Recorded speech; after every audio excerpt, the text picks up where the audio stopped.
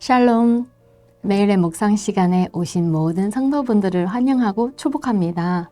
오늘 묵상을 통해 하나님의 크신 은혜가 저와 여러분 가운데 함께 하시기를 예수님의 이름으로 축복합니다. 오늘 함께 나눈 성경 인물은 바로 누가입니다. 사실 성경에서 누가에 대한 직접 언급된 구절은 많진 않습니다.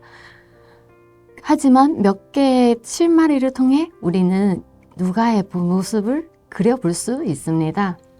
그러면 여러분은 함께 이 성경의 조가들을 맞추어 누가에 대한 그림을 완성해 보도록 하시죠. 우리 다 같이 누가복음 1장 1절에서 4절의 말씀을 봉독하도록 하겠습니다.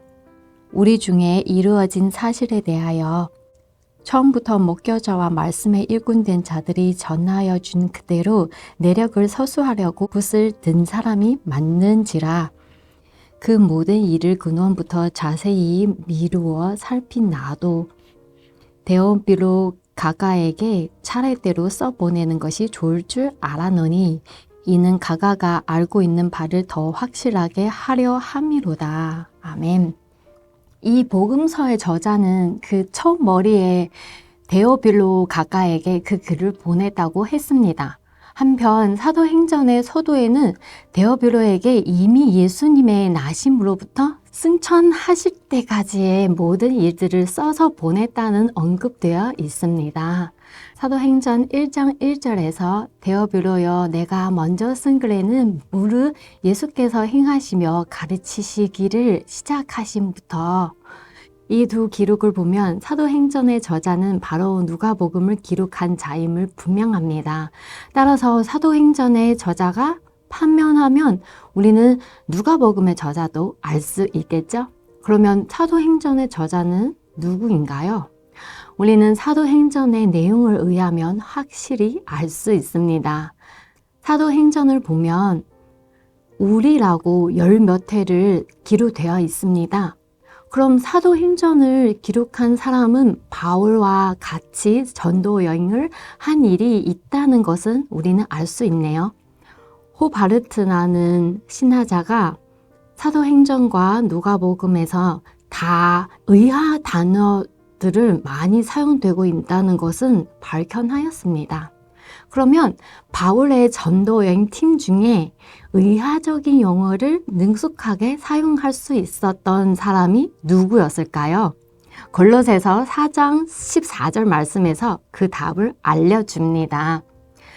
사랑을 받는 의사 누가와 또 데마가 너희에게 문안하느니라. 사도 바울은 누가는 사랑받는 의사라고 언급하는데 이를 통해 우리는 그가 바울의 동역자 중에 한 명 있었고 또한 의사였음을 알 수 있습니다. 이로 보건대 누가는 사도행전의 저자이며 아울러 누가복음의 저자인 것을 확실합니다.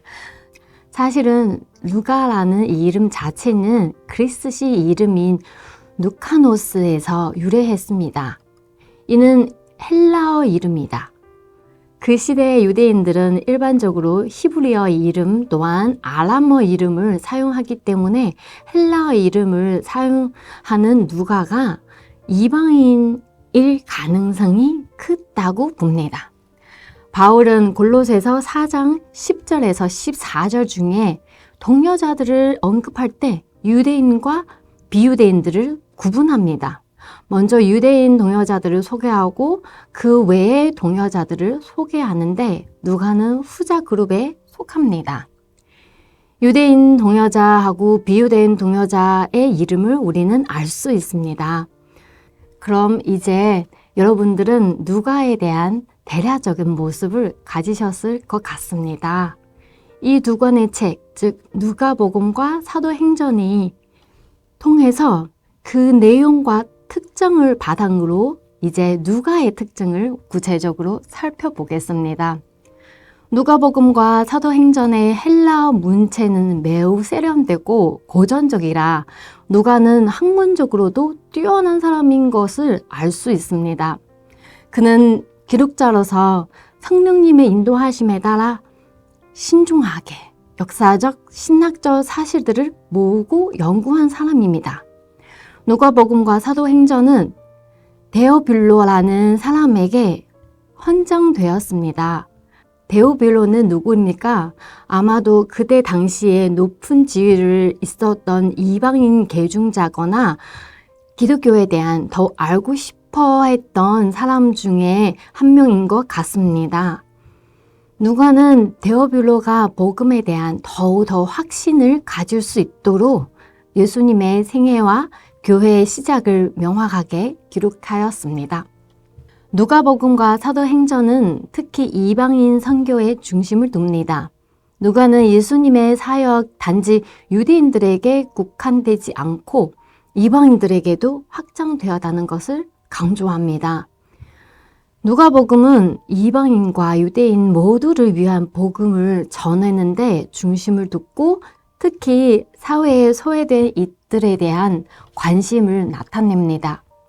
사도행전에서는 베드로가 고넬료의 집에서 복음을 전하고 예루살렘 공회에서 이방인들이 할례를 받을 필요가 없다는 결정을 중요하게 다뤄집니다.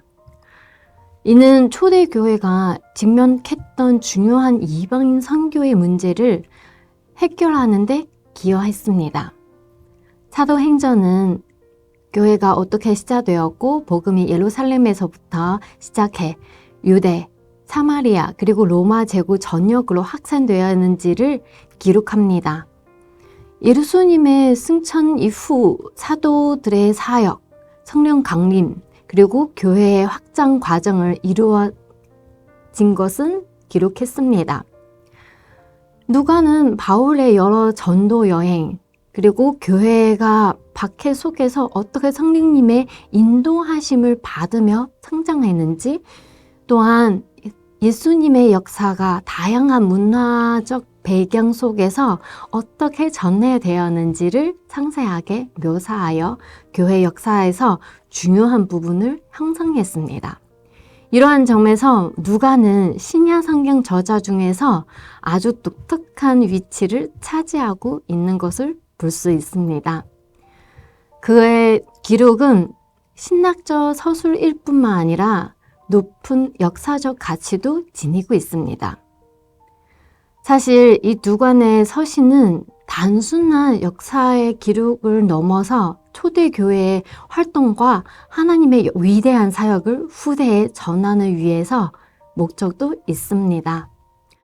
특히 사도행전은 성령님의 능력으로 교회가 로마 제국 전역에 퍼져나가는 과정을 기록함으로써 이후 세대에도 복음의 확장과 교회의 역할을 보여줍니다. 종과 간증자로서의 누가는 복음서의 메시지를 통해 믿음의 삶은 어떻게 살아가야 하는지 보여줍니다. 더 나아가 예수님의 사역이 단지 과거의 사건이 아니라 현재 교회와 미래 교회의 사명과도 깊이 연관되어 있음을 강조합니다. 바울의 생애의 마지막 단계에서 디모데후서 4장 11절에 기록된 바와 같이 바울은 오직 누가만 나와 함께이도다 라고 말합니다. 바울은 박해와 간노 생활을 겪고 그의 생명이 끝나가고 있을 때에도 누가는 여전히 그 곁에 남아 있었습니다. 이러한 충성은 바울의 동역자로서의 의리뿐만 아니라 하나님에 대한 부르심과 복음의 사역에 대한 충성을 나타냅니다. 누가는 자신을 드러내지 않고 그리스도를 증거하는 데 헌신했습니다. 그는 자신을 중심에 두지 않고 예수님과 사도들의 사역을 중심에 두었습니다. 이것은 우리가 어떻게 하나님 앞에서 겸손한 종으로 살아가야 하는지 보여줍니다. 사랑하는 성도 여러분, 하나님을 섬기는 자는 자기 자신을 드러내지 않고 오직 그리스도를 높이는 삶을 사는 것입니다. 누가는 하나님이 주신 재능으로 다른 사람들을 섬기며 바울을 충실히 따르고 예수 그리스도의 복음과 초대교회의 역사를 간증했습니다.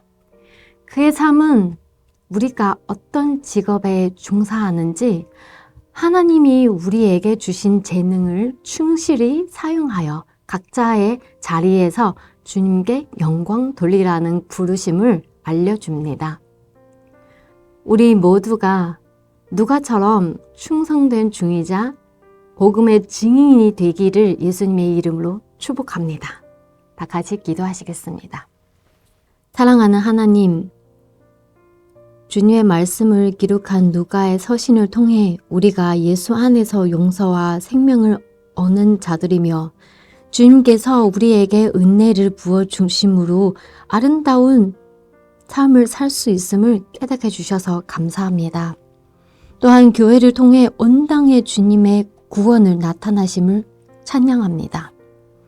매일 주님과의 치밀한 교제 속에서 주님의 뜻을 더 깊이 깨달을 수 있도록 도와주시고 제가 서 있는 그 자리에서 주님의 충성된 중이자 증인으로 살게 하여 주시고 주님께 영광 돌리게 하옵소서.